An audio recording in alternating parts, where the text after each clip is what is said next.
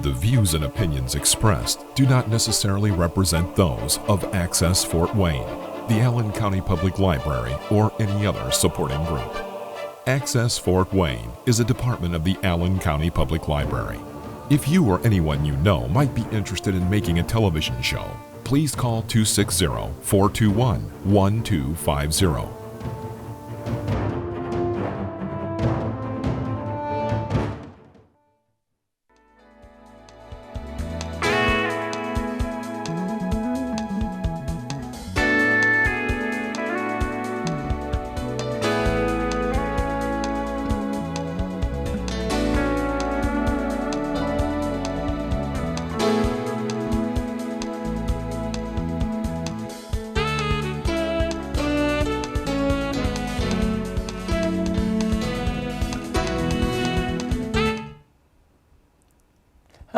Welcome, Dr. Rudy Cashman. Welcome to the Mind, Body, Spirit Show. I have a great guest here today with you, Dr. Jairam Vanamala, American citizen, but originally lived in India, and we're going to be speaking today about rice. Yes. The physiology of rice and where it came from, where it's going to. Is it good or is it bad? And I've got a doctor with me who as a child ate it every day, big time. They even grew it around him. So let's get on the road here. And I think you'll gain a lot of knowledge. This is the beginning of your knowledge in rice, because a lot of people are eating it. But it's interesting, in the rest of the world, about 4 billion people are regular rice eaters. And you know, I read today, Jairam, is that they're eating 200 to 400 pounds a year. Yeah, versus Americans only 8. I think it's more than that, though. I think it's more. You still eat rice every other day or so? So occasionally I do eat. Now mostly I don't consume a lot of rice. Yeah. But I do eat. If I'm eating colorful rice like red rice or black rice or wild rice. I do consume it because they have a high fiber, protein, and a nutritional content. Yeah. Yes. So we'll discuss that you can understand the different types.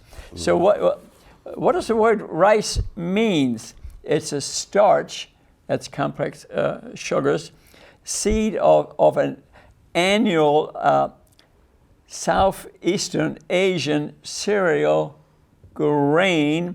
The scientific name is Oryza sativa.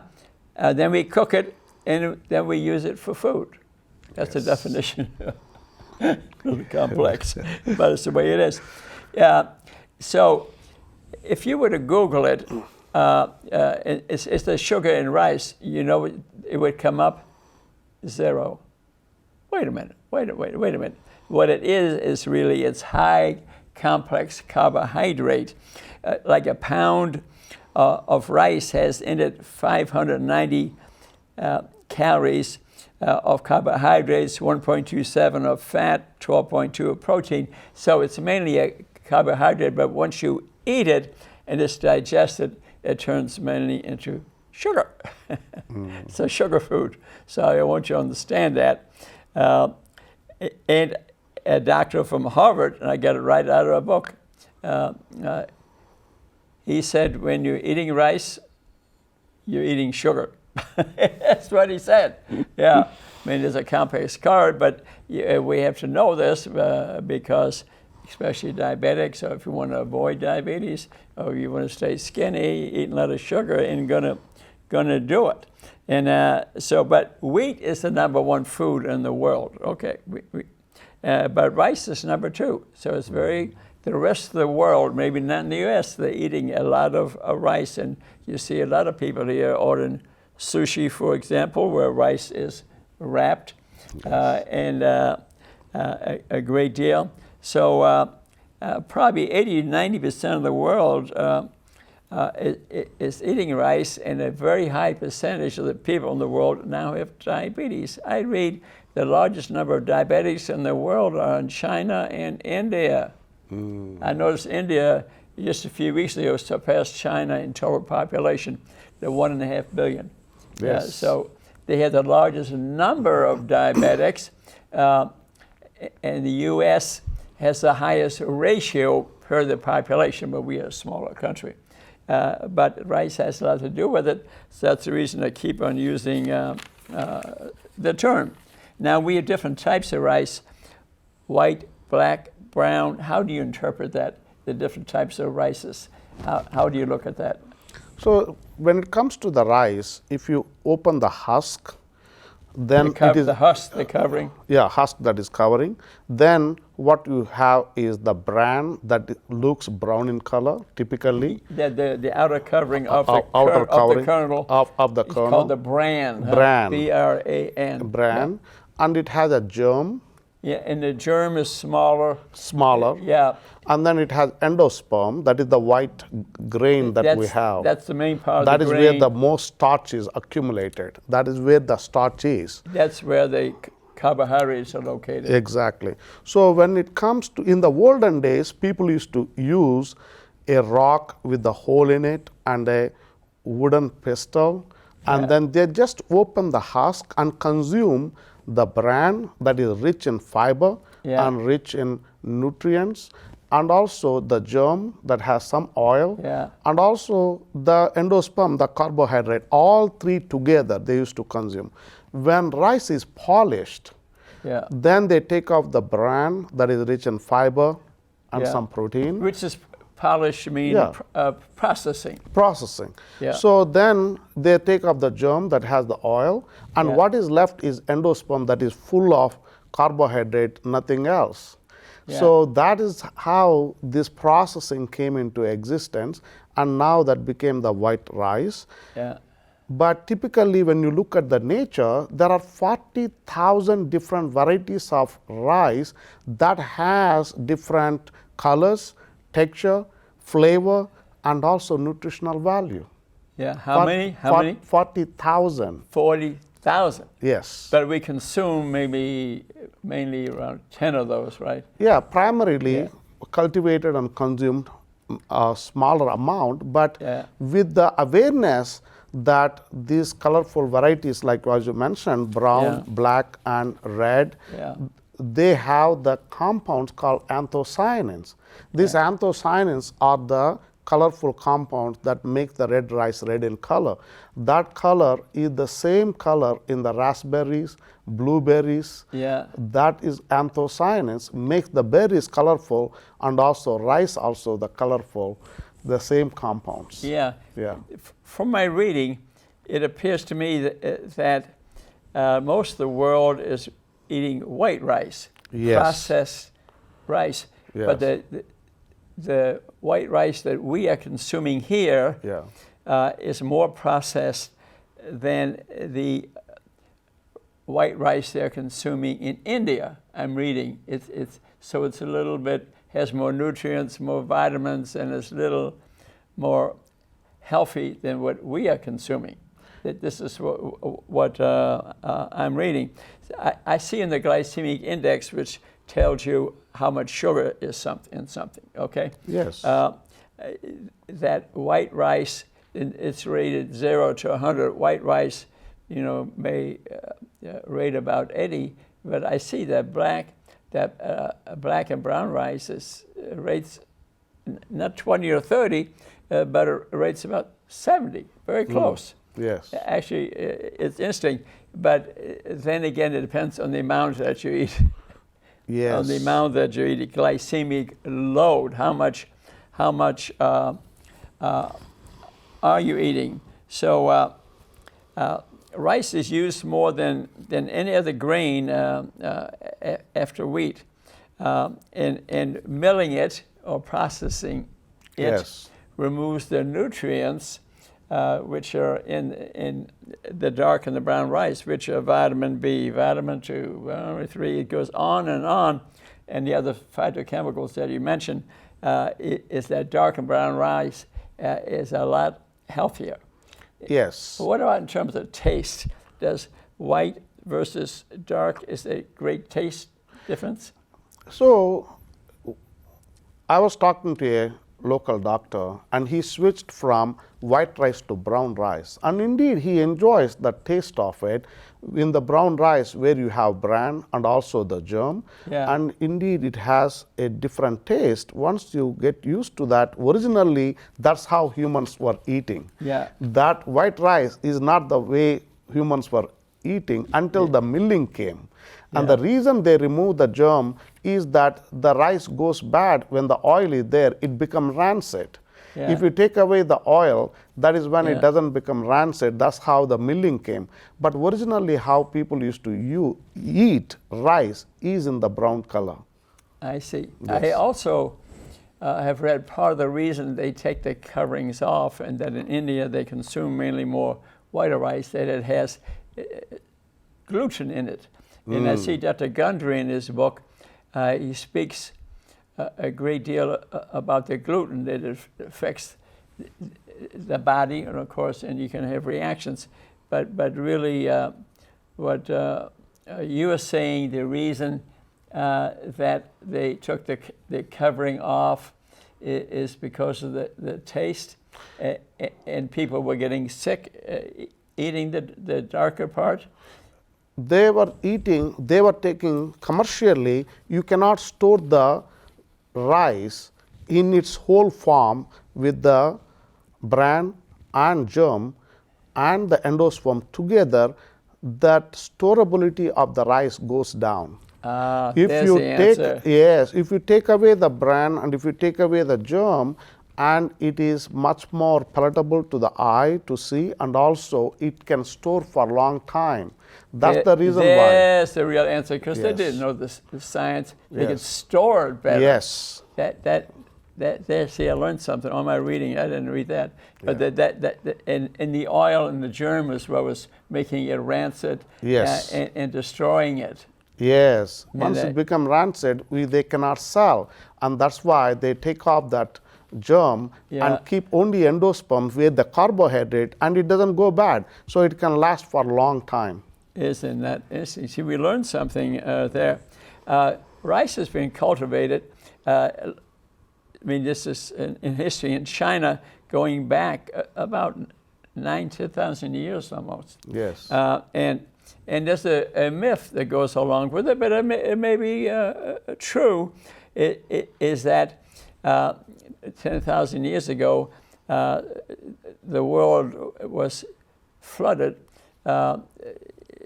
So many storms that the water levels were rising, and there was no food for people to eat.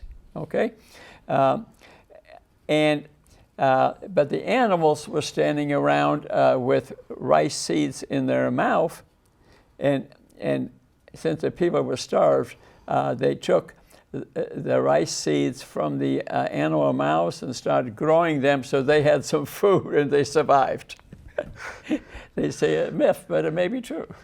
And indeed, when we look at the wild rice now, Yeah. the wild rice is not the rice. Yeah. It is the seed of the grassy, of the grass Yeah. in a watery environment, like a Yeah. bog environment, Yeah. where the grass grows, and those seeds are called wild rice. Yeah. So the story you mentioned, Yeah. it fits so well, because there is a reason why this wild rice still we consume, and now the rice is very close to connected to that. Yeah, so I think it's a true story. Yeah. Yeah. So, but the Asians, Southeast Asians, kept it pretty much of the secret of this food they were eating. It was not spreading around the world, but after a while it took off, and the information traveled to Greece, and then from Greece it spread on through Alexander the Great. He took it to India, so it got to your home country, and it spread from there. And the Moors carried it to Spain in the 700s or so, and it spread from there. And then it went to South America because slavery and colonization it traveled through the sea, and Columbus also brought it. Then it went to South America, and that's kind of closer to Africa, actually, if you look at the maps. Then it spread to Africa, to West Africa in the 1600s, and the slaves brought it to South Carolina. Isn't that interesting? So, incidentally, it does not have to grow in water. And the reason they actually grow it in water, because it kills some of the bacteria in some of the mosquitoes, and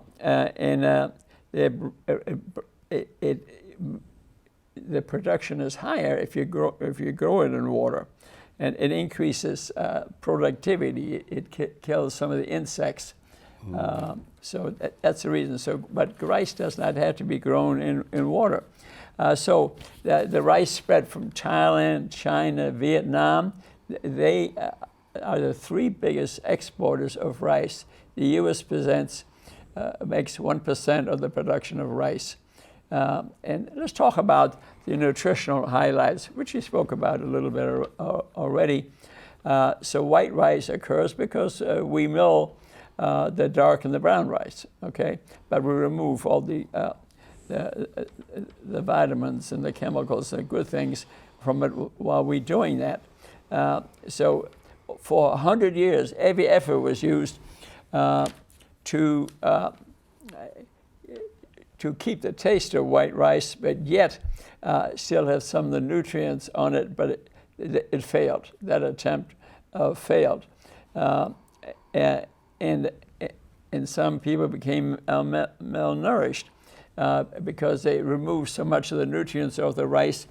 And on the boats, on the ships sailing, it was discovered a disease called beriberi. Yes. Beriberi. Yes. And what it really was, they had taken so much off the coverings of the rice, they had destroyed an enzyme, and the people developed this disease of heart problems, of swelling in the legs, dementia, memory loss. Interesting enough, while I was reading all about this, I have a relative who has every one of these symptoms. And I told the wife to give the relative a call because he may have beriberi. Yeah, every one of those symptoms. And he had nutritional disease or some of the bowel resected. You kind of wondered whether he's missing the thing. But brown rice is covered with the vitamins B1, B2, B3, B6, manganese, iron, selenium, phosphorus, magnesium, trace minerals, also some protein. So there are a lot of health benefits to eating the whole rice. Yes. The beriberi, Dr. Kachman, is because of when you said enzyme is removed with the milling, it is the B complex vitamin. Yeah. When you remove that one, that is when that beriberi comes. It is connected to vitamin deficiency because vitamins are removed when in the process of milling the rice. Yeah. Yeah. So brown rice is clearly healthier than white rice. Yet 4 billion people who use rice as the staple grain in Asia have always stripped. But we spoke about that. You say it becomes rancid. But the science has moved along a little bit too, so that the country would say that the covering had in it some lectins, and they removed it because it was causing some diseases in them. And that's in his books, he describes that. So maybe it's a touch of both, huh? Because what happens is when this rice is there for, as you said, for thousands of years, without removing the lectin, without removing anything, people were just opening the husk and consuming. And their gut bacteria has the ability to process variety of different nutrients and also fiber and lectins, a lot of different things. The gut bacteria provides greater ability for us to digest the food. Yeah. Now, as we progress, when we damage the gut bacteria ecosystem, that is when it is not in a position to process. So it is not the problem with the rice per se, Yeah. it was problem with how our intestinal gut bacteria is developing. Because they adjust. You're right. The gut Yes. adjusts. Yes. So but we eat them, you know, as baguettes and croissants and pasta and sushi and rice, and so I think it's a combination of being rancid. It was not economically possible to keep it going by eating it. It's very interesting. So what are alternatives to rice? Like what concerns me a little bit now is that the rate of diabetes in India and in China, U.S. has become extremely high. Okay. So anything in like I've read in Public Health that eating rice is like eating sugar. Yeah, so because they made the varieties that used to grow for 140 days. Yeah. And then when you grow varieties that have complex carbohydrate and takes time to digest and slowly release the glucose into our body, yeah. those varieties now are commercially the short-term varieties are grown where the complexation of the carbohydrate is not as strong. Then they release the glucose slowly, very, very fast. If that is fast maturing, they are not complexed very well. But if it are long-term varieties where they grow for 140 days, then complexation of the carbohydrate is very strong and they don't release the glucose as fast. Glycemic index is lower. So maybe the rice they're eating in India is different than the rice we're eating here, which we understand. So is there a type of rice? If you were diabetic and you just had to eat rice, which one would you eat? Yeah, there is a basmati rice that grows for a long time. Basmati, basmati. Complexation is higher. So always we need to be in moderation with the rice because it has a lot of carbohydrates and it can release the glucose. But if we have to choose, then red rice that provides the anthocyanins, so anti-inflammatory effect and antioxidant effect anthocyanins produce.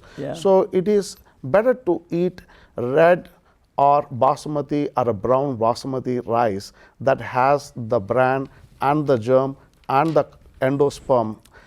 By golly, I'm glad I asked you that question. Yes. So we don't have to totally give it up. Just pick the basmati and the red rice if you were pre-diabetic or diabetic. And the other thing I would suggest is to get one of these Dexcom things you put on your arm. And where you can check your blood sugar. You know, we're all a little bit different. Our gut a little bit different. And we have consumed different types of rice. And check your blood sugar an hour or two later and see. If it shoots sky high, well, it's the wrong rice, or maybe I shouldn't eat rice. So some decision making, especially if you're pre-diabetic or diabetic, get one of these Dexcom things that you put on here and with your phone, and you can check to see what it's doing to your blood That's system. A brilliant way to monitor and see as a part of the healthy diet. When you are including the rice, is it really influencing my glucose? Because each person is unique and wonderful. Each person's intestinal bacteria is also very unique. So now testing using the system that you are mentioning is a brilliant way to know which variety of rice is truly helping me. And as a nutritionist, what is he telling us? Very important, and we both agree. You know, and I don't think I mentioned in the introduction, you're also a yoga instructor. Yes. And I always teach people the mind is definitely almost more important than what we consume. So to control our mind. So he have a nutritionist and a doctor who knows how to connect the mind and the body. Wow, that's beautiful. Yeah. Yes, That's beautiful. See, when you brought up the mind, that's a very, very important component. For example, people who are born in India, some parts of India like South, or in Japan, they have two stomachs, not one stomach. One stomach is for everything you feed them, even the best of the foods, but if you don't give them the rice, other stomach is longing for it, and it influences the brain. Yeah. So that's why it is very important that rice is an integral part of the whole food system, but understanding how rice is made, what type of rice contains the greater nutritional value, what type of rice has the greater complexity so that it doesn't release a lot of glucose is very important for some people. Beautiful words that you're saying. Our message to the world is don't give up the rice. Just learn to eat the right rice, how to manage it, and check your blood sugar. Yes. That we know. Yes. So what are some substitutes in case you decide, no, I don't want to do this? Then we hear about alternatives, shiitake miracle rice.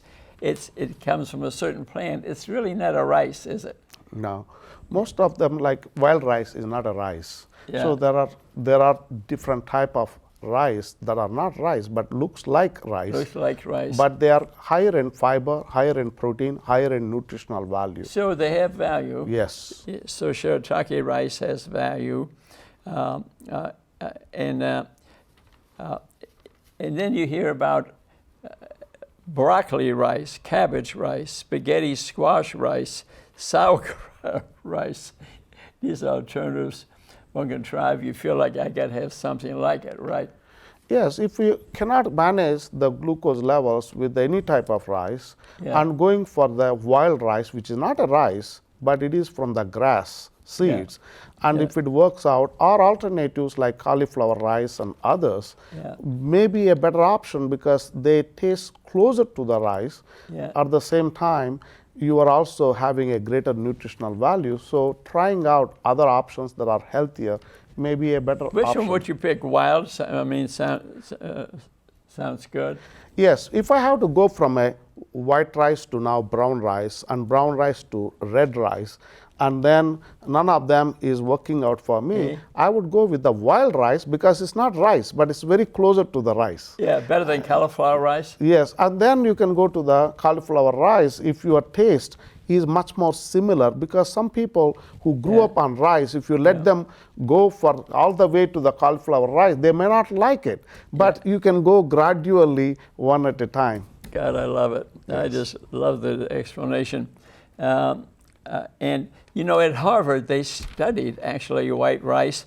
They studied for 4 to 20 years, 350,000 people to see what the effects they had.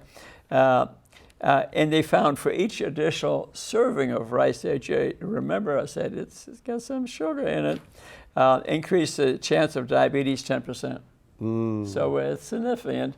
So you gotta get the meter, you gotta see what is it doing to me, okay?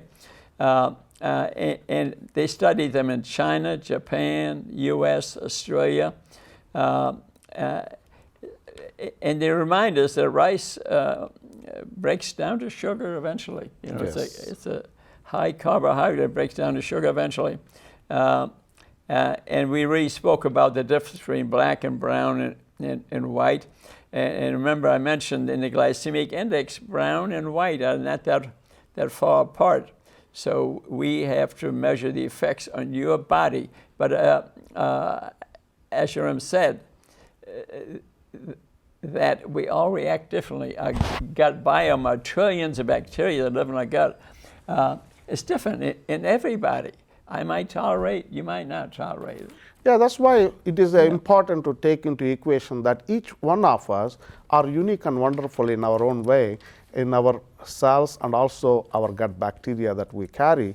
So it makes very important for each one of us to see, when it comes to the rice, as you rightly said, what is the outcome that glucose levels. That's why it is a brilliant idea. That's the bottom line. Yes, that's the bottom line. We want you to measure your blood sugar. Yes. But if you're of normal weight and you have your diabetes studies, your HbA1c or your serum insulin are normal and your normal weight, and you're not worried about anything, then accept what you're doing. It's not upsetting my gut.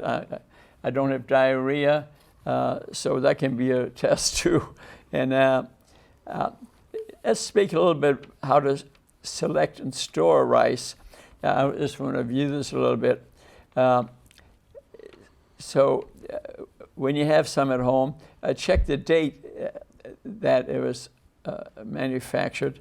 Don't buy if you see it has a lot of moisture around it. You go to a store because the oil, which is from the germ you mentioned, can turn rancid, and so.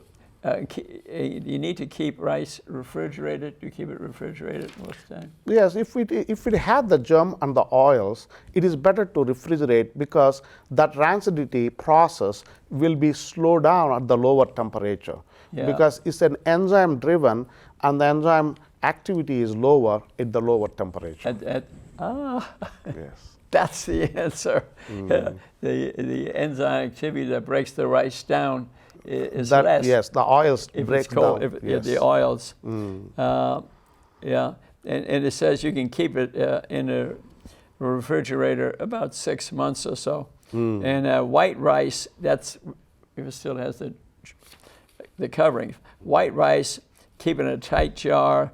Keep cooked rice air, but have it tight so air can't get to it. Just like the enzymes don't pick up on their activity. And while preparing grains, you should rinse them over with water to remove any contaminants.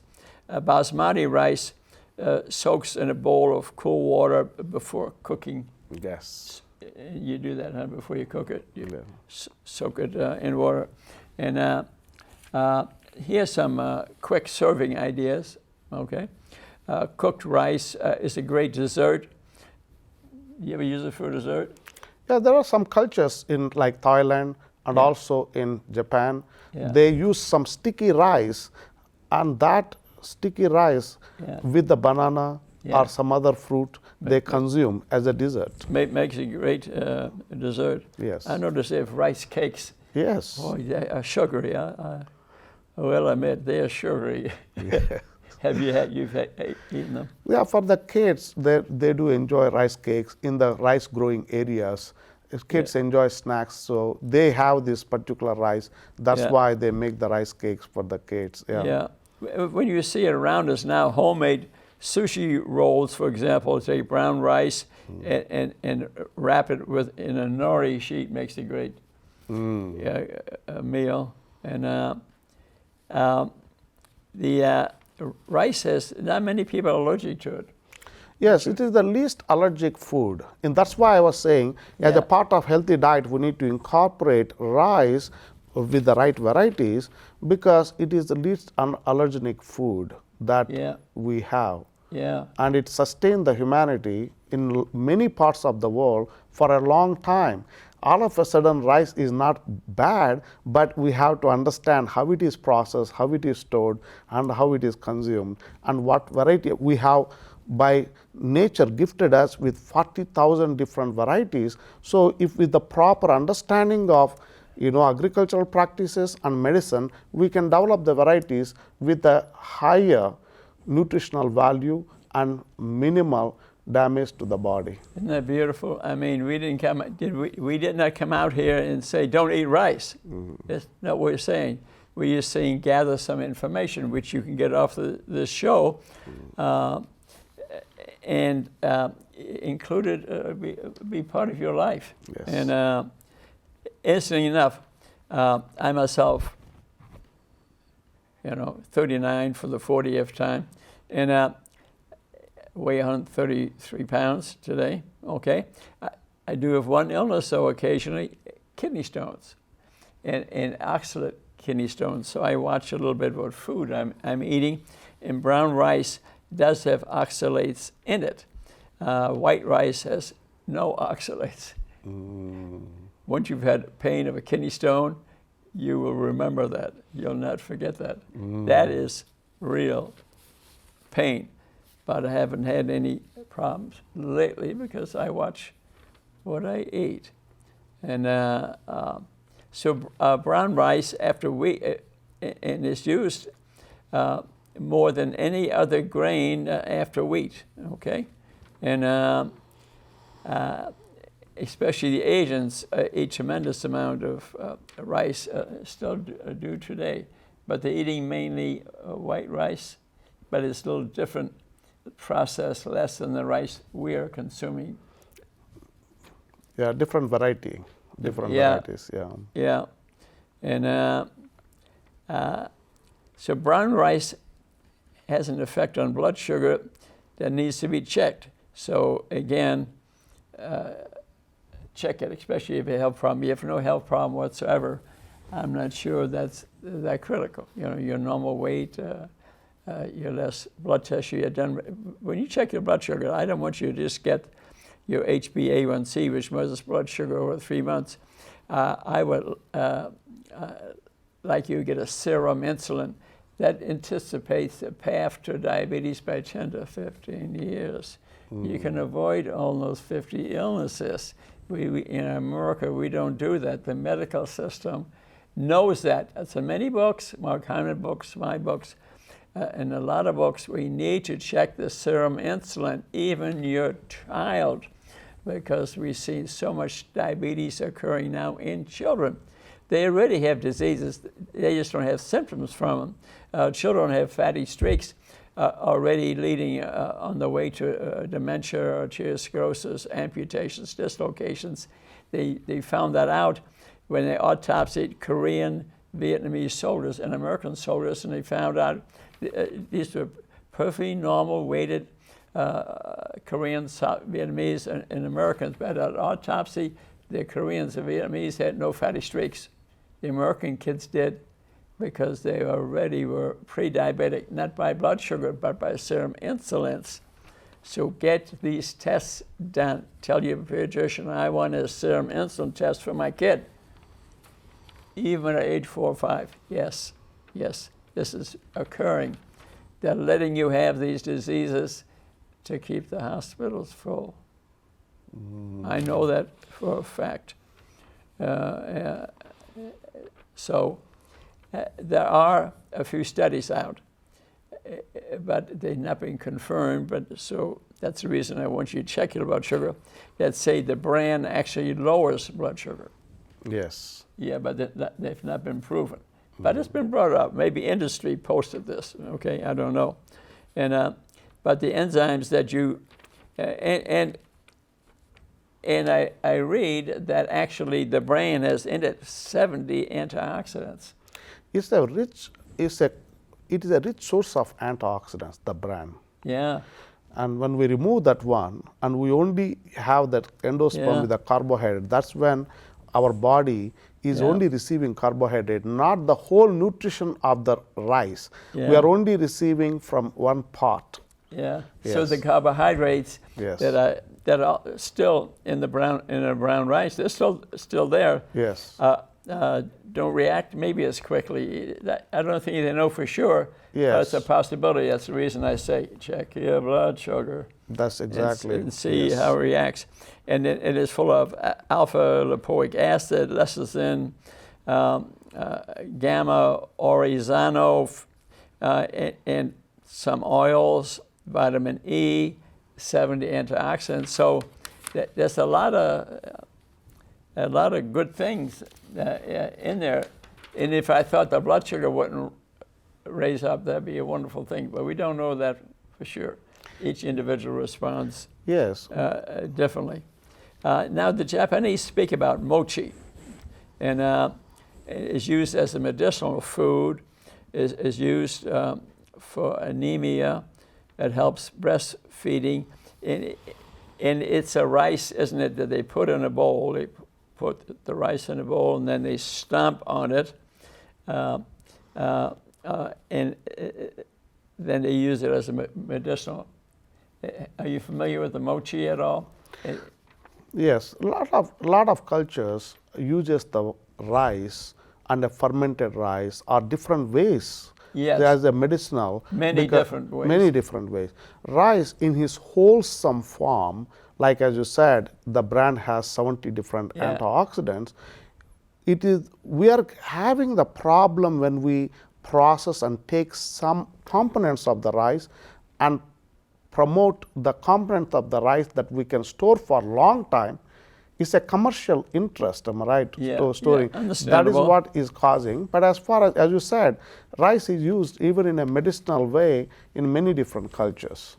Yeah, yeah. It's interesting. It's all over the world. Every country does it. And I was saying the mochi, they pound it down and then and the container is called a kien, K-I-E-N, where they pound the daylights out. Another one is congealed rice water. It's a breakfast food in China. Yes.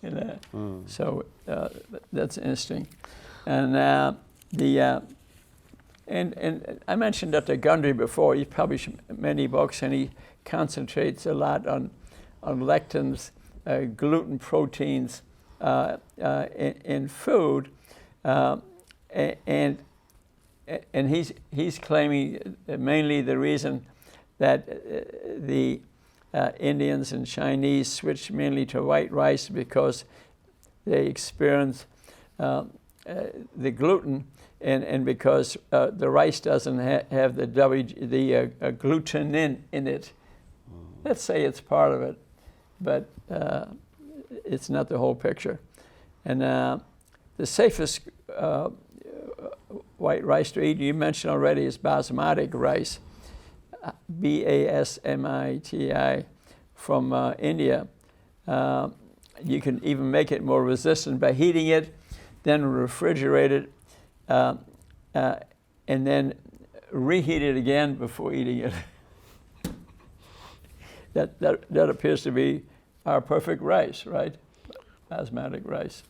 Yes, that is an available one. There are varieties that are being released now. That is the late varieties in a way that they take long time before you harvest them. Yeah. And that gives the space and time for that grain to complexation of carbohydrate is much stronger. It doesn't fall apart in the intestine very easily and release a lot of glucose at once. So there are other varieties that are available. And probably they Yes. will develop more in the future too. Yes, I think understanding, bringing the medicine and agriculture together with Yeah. the goal of promoting health and preventing disease Yeah. is the need of the hour. Yeah, and you can buy these online, but you've got to decide yourself Yes. how good is it. And tell us again about Miracle Rice. And it's not really a rice, you said. Yes. It's made from the Komyaca root, so no refrigeration is needed. So it kind of tastes like rice, but it's not really a rice. Yes, because there are people like a cauliflower. We are also using different type of other plant products and then make them into rice is the trend right now. But Yeah. at the same time, as I said, there are 50,000 different varieties of rice. We don't have to go to other crops and make them look like rice. We Yeah. can take existing genotypes or varieties that are there in the rice and then see which ones are better. So because we have so much of varieties in the rice itself. Yeah. Yes. Yeah, you mentioned 40. In the U.S., we don't use that much rice, but I think it's more than this saying 8 pounds. I don't believe it. I think we use more than that. But some U.S. varieties, let me go through those a little bit. Arborio, A-R-B-O-R-I-A, it's found mainly in Italian dishes in risotto. Risotto. And have you ever had that? I had once. Yeah. It tastes really good if properly done. Yeah, it said it's round, short, starchy, white rice. Then basmati, we talked about, was aromatic. It smells good. Yes. Nut-like fragrance, delicate flavor, light texture. And sweet rice, translucent when cooked, very sticky. So we all know what we would use it for, sushi Yes. and mochi. Yes. And then jasmine rice, soft texture, a long grain, aromatic, brown and white. We all heard of jasmine. And then now he's talking about Bhutanese red rice. It's grown in the Himalayas, Yes. high from the mountains. Yes. And red rice, nutty, a good taste. And then now here's the one, forbidden rice. Okay, black colored, Yes. short grain, that turns purple upon cooking. Have you Yes. ever cooked it? Yes, I have cooked that one. Forbidden rice, that name forbidden came because commoners in China could not eat that rice because that black rice or forbidden rice, very rich in anthocyanins that are very good for the brain health Yeah. because they can pass through the metabolites of gut bacteria Yeah. of that anthocyanin can pass through the blood-brain barrier Yeah. and provide antioxidant benefit to the brain itself. And that rice was reserved only for kings in China. That's why it is called I forbidden remember rice. reading that. The Yes. reason it was only the king could do it. Yes. So he would be smarter. Yes, that it is the rice that provides antioxidant benefit to the brain, and that's why it is forbidden primarily from the commoners, and only kings used to consume. Isn't that's all in history? I read that too when I was reading about different religious groups, and they moved to the mountains in the Himalayas, and they could. I was reading about the interesting history, and so really rice is a seed of civilization, and in China, I was watching on television last night, getting ready for this show, and it spoke about the rice in history and the huge fields they had in China, and they kept it hidden for a long period of time. 12,000 years ago, actually, they traced it back, and but 4 billion people in the world are consuming it today, and I think we've established in this show that, hey, it's a pretty good food. You just got to learn how to properly manage it with your biome, with your blood sugar, and the number of meals that you're eating today. I teach people, which they actually did in the ancient world. We didn't eat 3 meals a day till 150 years ago. Yeah, I eat 2 meals a day. No reason. I have no disease.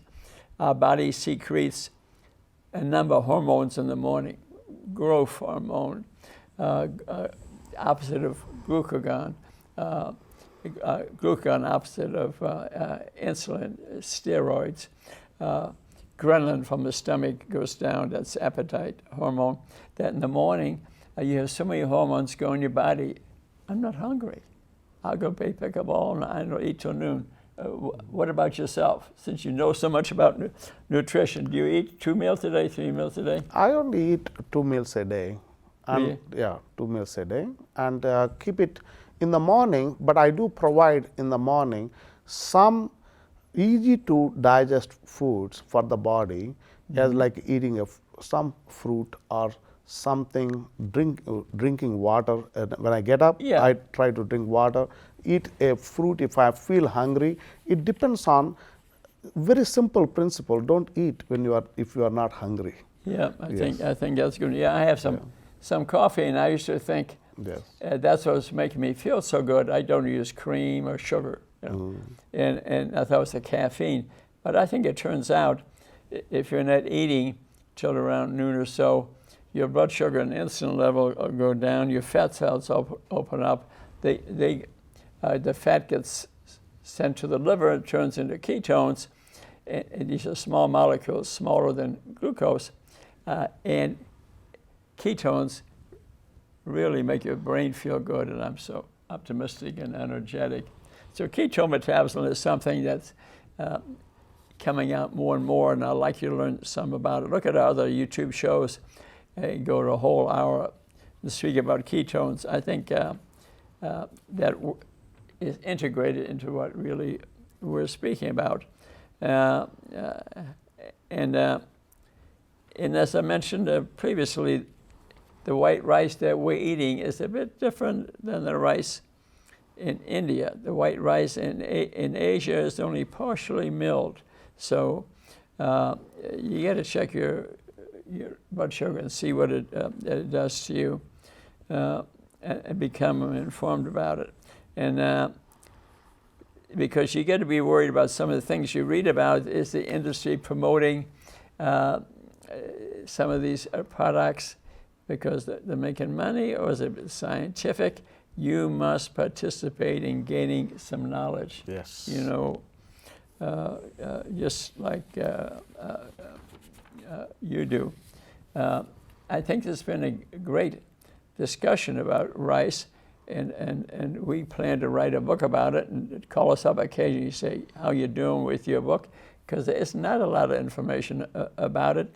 And I myself wonder if industry maybe hasn't captured the knowledge about rice, confused it a bit like they do the rest of the foods that we have, processed food, for example, that we kind of help clarify the facts a little bit. And there's something that you know about it, get the information to us. We will evaluate it. We will use it. And I would like to make this a center of attention because it's a good food. It's fairly cheap, right? Rice is, Yes.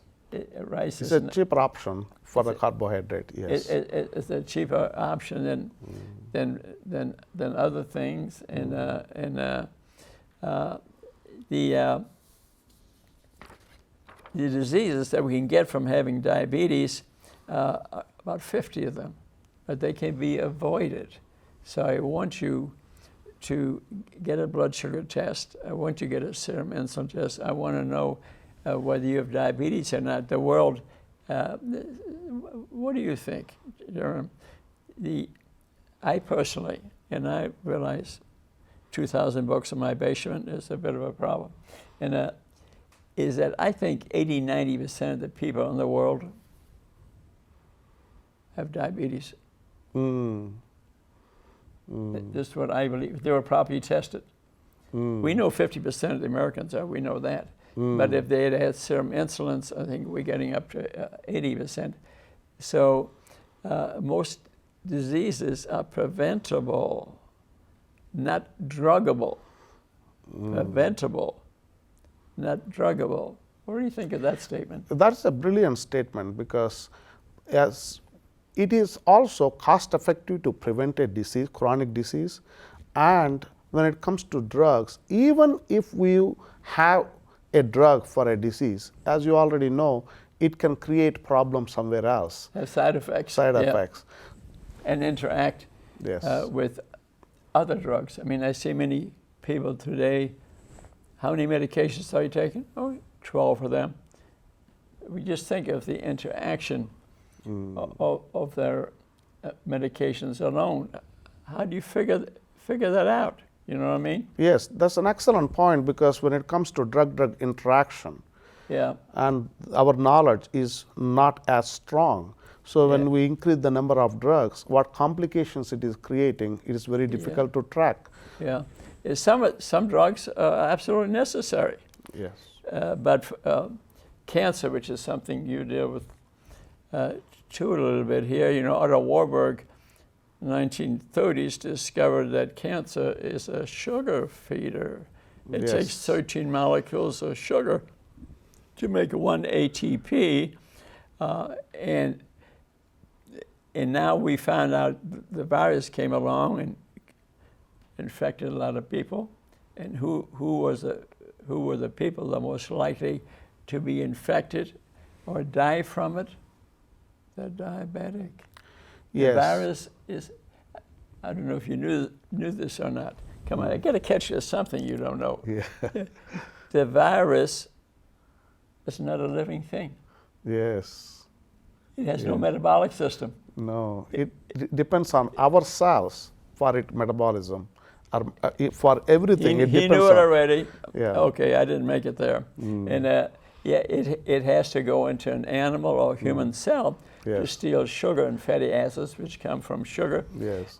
to get some food. Yes. And it even steals genes, and that's the reason the viruses mutate so commonly. Got to get another shot. Got to get.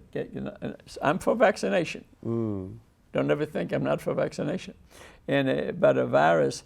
So to me, us doctors,